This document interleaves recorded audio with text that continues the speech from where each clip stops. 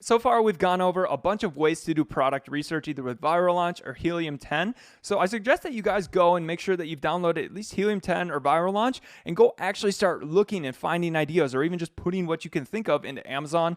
And you got to go take some action. I mean, there's plenty of ways to find ideas that we described already.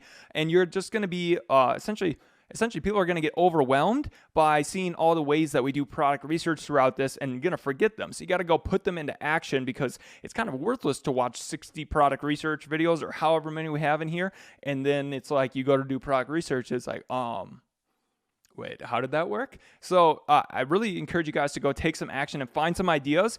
And then once you find some, you could even go to the validation section. You don't need to watch every way to do product research, because it only takes one way to find one. So just go out there and actually start taking action and collecting ideas. You could even go and skip to the validation section once you have some. And then if you can't find any ideas, you could go to the more creative ways and other ways that we show later coming in the course. But definitely go out and take some action.